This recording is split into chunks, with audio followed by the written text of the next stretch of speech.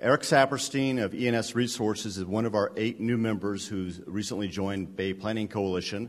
And Eric works in Washington, D.C. He's a bad word, lobby firm. And he works directly on the Hill, and he knows what's going on and all the dirt that goes with it. And we'll see how much he provides. Eric? Well, thank you, John. And if you can't hear me, please tell me to speak up. I am not suffering from anything other than a massive pollen storm in Washington. You would not believe. Your spring is beautiful here. We have a terrible spring. We have the equivalent of a massive snowstorm at this time of the year. Cars are yellow and everything else, and as a result, people like me can't talk, which is probably a good thing if you're labeled as a lobbyist at this point in time. Before I start, how many of you folks have been to Washington and advocate, or as I like to say, grovel on your favorite subject? Okay, so hopefully what I'm going to tell you is going to be somewhat informative and not new, but when John asked me to come in and give a presentation, he said, tell him what life in Washington's like. So I'm going to try and do that. I get asked 2 questions constantly. First of all, what's life like in Washington? And second of all, given what's going on in Washington today, what does it mean for the federal role in the coming 18 months to 4 years time frame? Because things, go in cycles and things will change. So if you had to ask what the atmosphere in Washington is, it's a little bit, well, this picture is, I don't know if you can see it very well, but essentially that could be the first day of the 112th Congress convening, the Tea Party candidates coming in. Important to note, 87 new members in Congress. Most of them are Tea Party adherents, nothing against Tea Party members, but they do have a different way of thinking that doesn't necessarily jive with the way establishment Washington works. The second thing is, in this age of Twitter mania, if you said, well, give us a Twitter statement of what it's like in D.C., I'd have to say that there's a couple of words that come to mind that describe Washington. And they're up there on those bullets: in turmoil, balkanization, fear, and challenges. And I say turmoil because the elections that happened just a short time ago brought in both political and generational shifts. It's a younger Congress, a Congress that has had, in many cases in the House, no electoral experience. And in a political sense, you have all sorts of different thoughts about how the federal government should operate into the future. Balkanization, or turmoil, also because you have the election returns mean that you don't have a sort of center to work from. You have various different elements at work, and that's the balkanization. You have blue dog Democrats who are moderates to conservative Democrats. You have the Tea Party members that we all know about. You have liberals that basically make up the Democratic caucus under Nancy Pelosi at this point in time. And then you have 20-odd Senate Democrats out there who are up for re-election, who will march to their own drummer in the next 18 months to determine how they will vote on important issues that Congress has to deal with. And finally, you have fear because there's unlimited money that's been unleashed in the electoral process because of the Supreme Court decision. Why is that important? Because there have been waves in the past that have brought new members to Congress. The Tea Party wave, to put a label on it, is the first wave where the members don't have to worry about raising money. Their back is covered by independent expenditures. So the Michelle Bachmans or whoever out there that are the label of the day for the Tea Party voice, they don't have to worry about what they say. They can say whatever they want because they've got individual expenditures pushing their agenda irrespective of what they're doing on a campaign fundraising basis. And finally, challenges, because even though it's a mess in Washington right now, eventually things settle down, and the challenges that are presented to the members, they have to fix, and they have to find solutions to the problems that are out there. So if you ask yourself the outlook for the political economy, I'd say that that is the one thing that is shaping the debate: budget cuts. And I don't know if you can read below it, but under budget cuts it says always brutal. And they are brutal. But I think what you want to keep in mind is on the Fy11 budget that we just got through debating and getting enacted into law, and everybody's wringing their hands over the cuts that were being suffered by the domestic side of the budget. Only less than 1% of the entire federal budget was affected by the Fy11 budget agreement. And all the acrimony, all the fighting that went on, you would have assumed that everybody was being cut. In fact, if you wanted to look at what was going on, the biggest cut or the most severe cut in the domestic side of the budget was the Corps of Engineers. They lost $600 million. And while they're trying to address the deficit, what I think is missing in Washington right now is an understanding that for every dollar we take away from a program like the Corps of Engineers, to address the budget deficit, we are increasing our infrastructure deficit. And that's the issue that has to be dealt with in the coming months. So, what does the budget cutting exercise really mean? What it really means is we are in the process of redefining what the federal government's role is going to be in the future. And don't be misled when people tell you that it's all about addressing the debt and the deficit. It's really about the federal government's role. And as we address the issue of what programs to cut, let me show you a chart.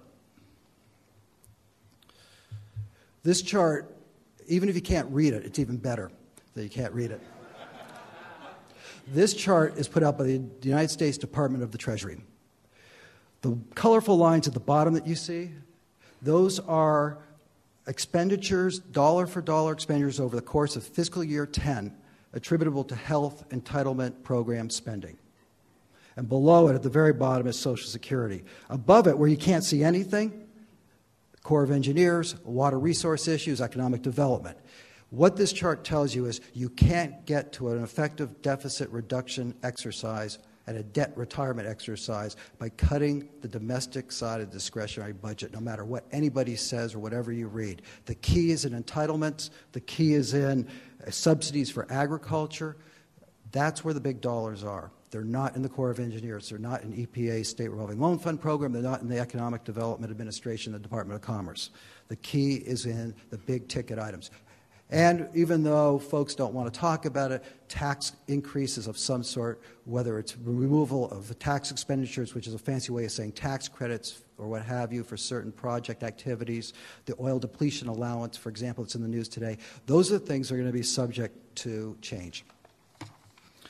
But if you had to ask right now in the next several months what the big issue is, the elephant in the room is the debt ceiling increase. And the reason it's so difficult is you've got essentially three parties right now trying to figure a way out of raising the debt ceiling limit, which allows the federal government to borrow money. Keep in mind, no programs are going to start to be cut or anything else under this debate that's going on in the next 6 to 8 weeks. What is going to happen is you've got Democrats and sort of mainstream Republicans, for lack of another label, trying to figure out how to trim things to deal with the deficit and the debt, and that's part of the debate over whether or not they're going to raise the debt ceiling limit. But then you've got the chainsaw crowd, the Tea Party folks, that really just want to cut everything down. And that's the debate that's going on. And if you wanted to get a sense of how powerful this debate is, I'm going to show you a quick clip from the Reason Foundation. I don't know if folks know who the Reason Foundation is, but they're a credible organization. It's a libertarian-based organization. They do a lot of studies and what have you. This video essentially captures what the political driver is right now. Honey, the credit cards are almost maxed out again. Already? Well, you bought the Cadillac and the house, and then you bought all those other houses. And then you bailed out the banks. How bad is this? We're $14 trillion in debt. And we're barely covering half of what you spend. We'll get more credit cards.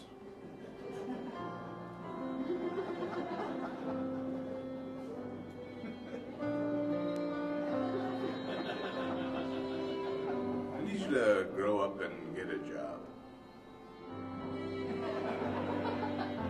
So it's humorous, but it gets to the point. This is what's driving the debate in Washington. This is the political economy that is driving Washington. It's all about the finances. And what it comes down to is how do you define the role of the federal government going forward? That translated says you run it like the household budget. The problem is that what Congress is wrestling with, what the administration is wrestling with, is you've got current needs and you have to deal with the future needs. And for folks like yourself, the future needs are infrastructure. How do you dredge the ports? How do you build the facilities of, say, roads, rail, you name it? These are the things that are going to be debated. This kind of argument is very powerful. Keep in mind, 68% of the American public says don't raise the debt ceiling limit. That's a powerful number for members who are saying we don't want to vote on this. Keep in mind at the same time, 80% of the Tea Party adherents, those are self-described Tea Party supporters, 80% of them say don't raise or don't raid or touch Medicare. If you think back to that spending chart, that's where all the dollars are. So 80% say don't touch the big ticket items that are going to fix our financial problems. 68% say don't raise the debt ceiling limit. It's a mess. And I, quite frankly, don't have a solution today to give you, except to say that if you thought the debate over fiscal year 11 was powerful, wait till you see the debt ceiling limit increase this next 6 weeks, 8 weeks, and then we move on to fiscal year 12, and it's going to be very interesting. Very quickly, I know I don't have much time, John. Let me just go through a couple of the key policy debates that directly impact what I understand are areas of concern for you. RAMP Act, which is an effort to take the Ports and Harbor Maintenance Trust Fund, all the dollars that are in there right now, about $9 billion are sitting in that trust fund. The administration is requesting only $750 million to support dredging and what have you at ports for FY12.